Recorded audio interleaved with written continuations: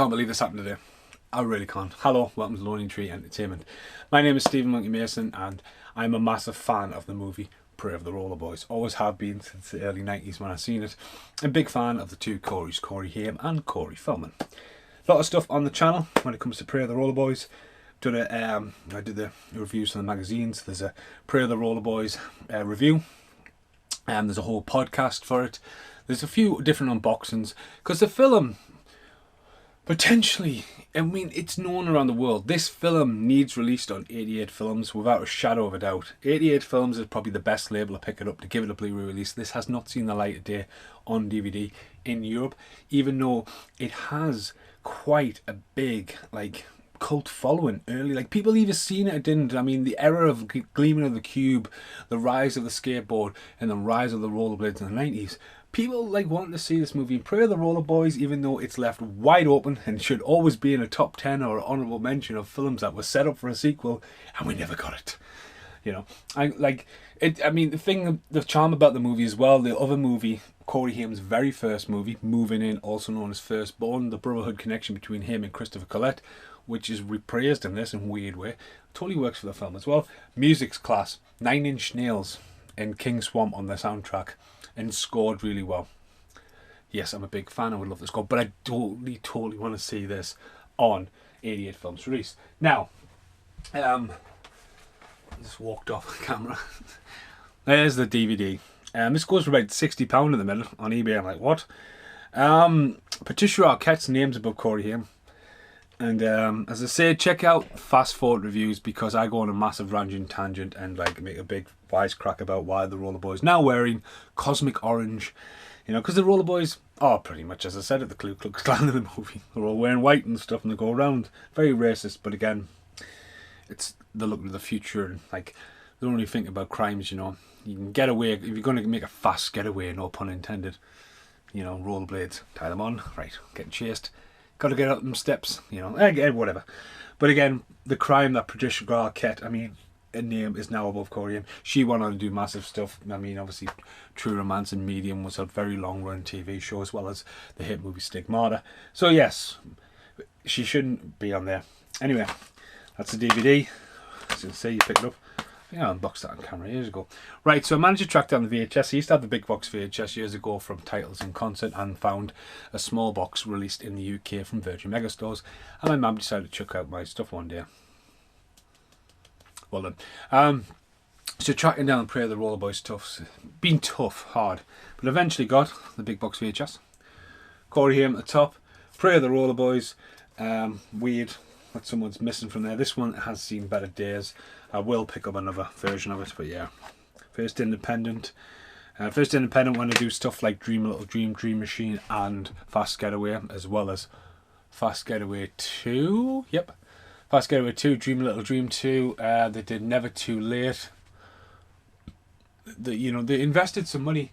They did Summer Vacation, which is also known as Meatballs 4. But yeah, they obviously jumping on there. The big fan. First independent brought a lot of stuff like Dumb and Dumber is a first independent release, but none of them titles I've just said they're available. Just poof, gone.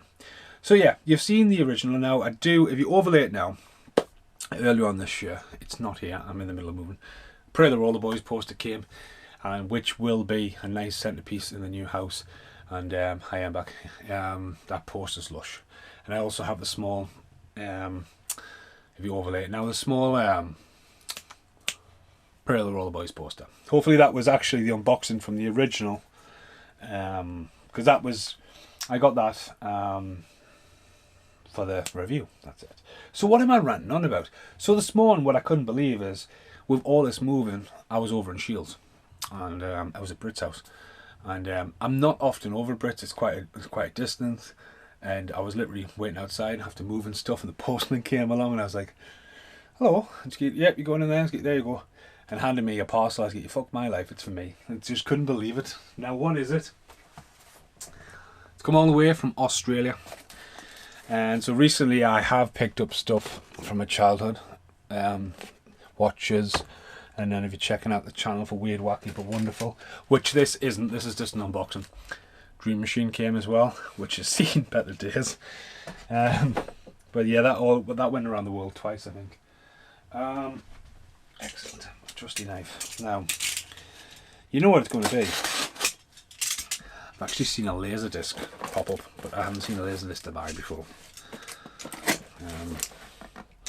But like back in the days of running around video shops in Mochuator and Nelson when I was like in my teenagers, and you go into the shop and you find like what did I find back then? Last Resort, Scuba School, what's called over here. You had stuff like, I remember Rock and Roll High School, Watches, which was from Video Village. Again, check out IT Adora if you want to see me reminisce over video shops back in the day. Heavily packaged this. This is a box. Wow. Now, this was expensive because of the import charge, like sending it. Say, for example, I've got a parcel here for my dad. It's over here. Hang on. So this is for my dad. It's not the Simpsons Monopoly. It's actually a signed picture of Christopher Lambert for Highlander. Hopefully my dad doesn't watch this video. It's quite a surprise.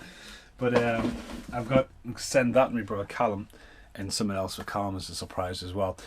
And it'll be like something like that. Probably going to cost about 30 quid. I fucking hate it. Like, that's why we don't send stuff each other unless Sam or Callum wants something over here that's not available over here. Like Fever Free Freeze album, not available in Australia, so I sent it to Callum, and that was like 27 quid or something to send. I was like, what? Maybe 23. But oh man, look at this. So this is absolutely stunning. It looks like it's been sun bleached, but it hasn't. Now this is gonna blow my mind, so there we go. That is the New Zealand Australian release of Prayer the Rollerboys. I have never seen one of these available in all the years of trawling through eBay. So Corey Haim, iconic picture down the side, the future is ours. Now what's really interesting over that picture there is a selling point, and I think he's called Bono. He's not called Bono. That's that tit from U2. Beans big. He's missing from the other picture. So all they've done on the English one is crop Corey Haim out, chopped him, reversed him, and then the guy's missing. The guy with the bleached hair. So he was there on filming, so why he's missing from that picture? Now that is exactly the same as the poster I got, which is causing, no, the poster's lush. The poster has kept all of its, I mean, it's probably not going to help that I'm in a fucking cosmic light room. Yeah, I mean, it's just looking lush. I mean, just trying to justify it. Probably just a white, really. You know, glow. But yeah, that probably would have had like sort of Last Man Standing orange to it once. On the back, I mean, look at the back. I mean, look at that shot. The future is ours. How impressive is that? I mean, don't get us wrong. That's got a lot of pictures on it too. But that top shot's absolutely class. That's just absolutely class. Inside. Wow, it's a Blockbuster video, so it is a proper X rental. It's not a flip cover. Prayer of the Rollerboys. Someone signed it. There you go. This video has been cleaned and checked by check tape, so I'm not going to watch it. Let's say, that's fucking class. That's absolutely class. 1981, approximately 90 minutes. Say your prayers, boy. They're coming. Say your prayers, boy. They're coming. Oh, that's fucking class. So yeah, that's Prayer of the Rollerboys, and I'll see you in the outtakes. So I'm over here in South Shields at Britt's house, picking loads of stuff up as we move. And it's so weird. There's a VHS I've been waiting for like 6 weeks. The postman just walked past and went to deliver it at Britt's house, and it was for me. So it's strange because I'm never over here to see Cooper or Stedman. But yeah, actually got me VHS. So I will track down the laser disc's actually weird. It's like a low shot. It's almost like a skateboarding shot, and it's the Rollerboys going from side to side. I've seen someone had that in one of them laser disc groups I see. But Pray the Rollerboys needs releasing on 88 Films. 88 Films is fine. You know what I mean? They've been releasing a lot of stuff, and a 101. See, there's not enough. See, Pray the Rollerboys never had any extra features. I mean, more than welcome to my commentary, free of charge. You can have that, me ranting away about Pray the Rollerboys. But I think it deserves It totally deserves a release because like it's a good film. It's nicely stretched out. It's set in a futuristic place, coming off like the what Running Man and what we thought the future was going to be like. I mean, it hits the nails on the head. Like the economies are collapsing and all that, and people turn to like drugs. And it's coming off the back end of crack cocaine. They've got the mist and just the urban violence of it, and Pinky's Bazaars and all that kind of thing. The Pinky Mobile. But again, some of the stunts they do with the rollerblades, and it's just in class. You know what I mean? It's the score though. The score's great, and him, him looks good in this for his, like, because if you look at him there, and this is the era of him, like, right. I talked about this recently in a Double O Kid. Not only did I do the podcast for it, I also did a review for it. And Double O Kid followed this. So him had literally hit big with the Lost Boys after turning in some great dramatic roles in his early career. Hit big with the Lost Boys. He did License to Drive with Feldman. They did Dream a Little Dream. Things starting to get a bit hazy and messy. Went back up to Canada, did Watchers. There's a TV show called Roomies as well. But then sort of like in the early 90s, again, this may be a picture deal. Fast Getaway had potential. Dream Machine was marketed as a comedy. It's more of a drama. And like Fast Getaway had potential. You had also Demolition High coming in at this point. But Pray the Rollerboys was his biggest film that, for an era for rollerblades. It was massive, but like a short burst. I don't think the whole world got it when it should have been everywhere, and then he had a bit of a downward spiral after that. But again, that shouldn't, to the fact that this should be available on 88 Films for sure. So yeah, it's been Pray the Rollerboys. Happy to have that in my collection. Thanks for watching. Subscribe to the channel. Goodbye for now.